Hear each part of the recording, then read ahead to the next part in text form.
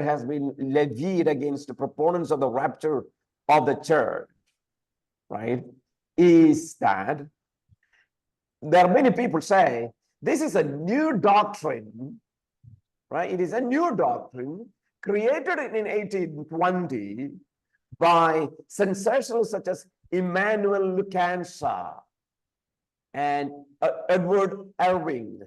I don't know, maybe my pronunciation can be wrong.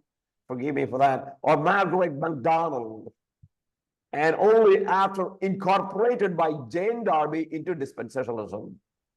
So the charge against this doctrine is that this is a new doctrine brought or propagated or started to talk, say by this sensationalist. His names are given like Immanuel Kant, Edward Irving, and Margaret MacDonald, and other people. And Darby, J.N. Darby, you know J.N. Darby. J.N. Darby, sometimes known as the father of dispensationalism, right? From a brethren, I think, from a brethren background. J.N. Darby incorporated into dispensationalism. So the rapture of the church has had a resurgence of influence since that time is indisputable. All right. So the accusation is that this is the new doctrine. This is never been taught in the church history. All right. Never been taught in the church history. Now, maybe I wanted to say things a little differently. What is that? The idea of the rapture is that it is separate from the premillennial second coming of Christ, was held widely in the church until AD 325. Right? Those who believed in the premillennial second coming of Christ believed in this idea of rapture until AD 325. And then intermittently thereafter, here and there, a few pockets, this doctrine had come up in the church history. Most of the early church fathers, what did they think about their suffering? They thought that their suffering is part of the tribulation period. And it is unlikely that any of these were pre-tribulationists in the modern dispensational conception. So what the problem with the church fathers were that they thought that the suffering that they faced was the tribulation period. And therefore, that means they thought that, okay, if we are in the tribulation period, Christ has not come yet. That means Christ is going to come very soon. We are in the tribulation period. That's what church fathers thought. So therefore, it is very unlikely that any of they were pre-tribulationists in the modern dispensational conception. Instead, they held variously to either post-tribulation or mid-tribulation rapture. That is what we see. All right. So because they thought that they were in the tribulation period, that is a problem. So if they are in the tribulation period, no way can a rapture take place before the tribulation period, and they are left in the tribulation. So they always thought that, yes, rapture is going to take place at the end of the tribulation or in the mid of the tribulation. Lowry describes the view of the pre-Nicene fathers as compellingly, imminently intra-tribulation.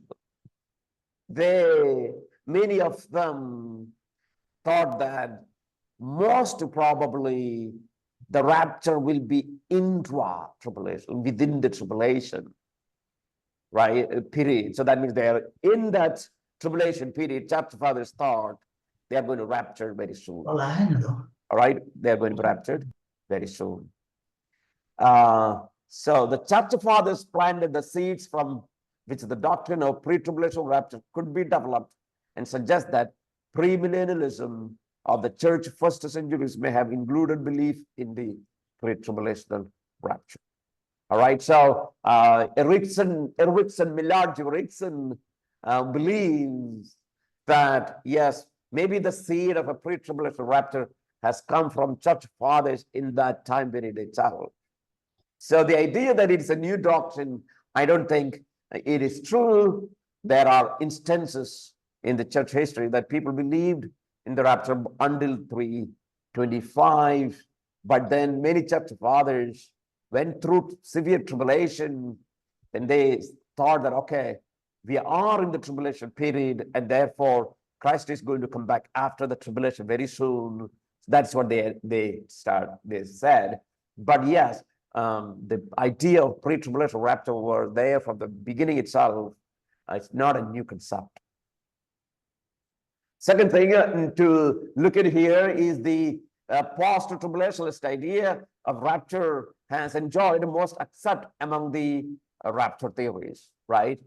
But a pre-tribulational rapture can be traced at least as far back as several early Baptist leaders such as Morgan Edwards and John Gill. They all Baptist people have propagated the idea of rapture, right? Of course, most of the believers believed in a post-tribulationist idea of rapture.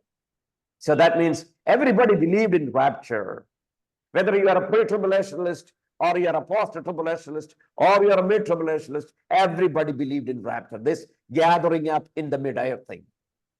Never be fooled by saying that this gathering up is only for pre-tribulation.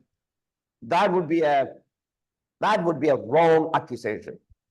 Whether you are a pre-tribulationist, whether you are a post-tribulationist, whether you are a mid-tribulationist, all believe in this gathering together in the air thing, right? Everybody believed. So, but when this will happen was the real debate. Some people believe that it's before tribulation, and good number of people believed that it is the end of the tribulation. And the reason why people believed that it is the end of the tribulation was that people thought, because of the persecution, they thought that, okay, we are in the tribulation period. That was the concept in the early church fathers. And therefore, rapture has to take place after the tribulation. So they were waiting for the rapture to take place because they were going through tribulation. While the witness of church history should never be taken lightly, history is not final court of appeal in doctrinal matters. Now, I don't think that we should take historical witness very lightly. I think we always should be very careful, should give a serious concern for the historical development of the doctrine. Yes, historical theology is very important. But when I say historical theology is very important, I'm not saying historical theology is the final court of appeal for doctrine all the time. I don't think that too. It is the Bible, the final court of appeal, right? So, for example, many important doctrines of Scripture have been unpopular in the historical church. Yeah? For example, justification by faith. It was not a big thing until Reformation came up. Until Reformation came up, the idea of justification by faith was not a big thing. But that does not diminish their orthodoxy. As further noted above, the several sociological factors can be cited as a reason for the unpopularity of pre-tribulationism during much of the history of the church. There could be many reasons. Sociological factors also contributed to this idea, especially, as I said, because people have a tendency to believe that signs of Jesus coming is happening now, right? Even today. So that means automatically you end up believing that you are in tribulation period. And if you believe that you are in a tribulation period, then the logical question is, okay, when will Christ come? Christ will come after the tribulation, right? That's a logical thing. That's how it usually happens. And therefore, I think this is what happened in the church history.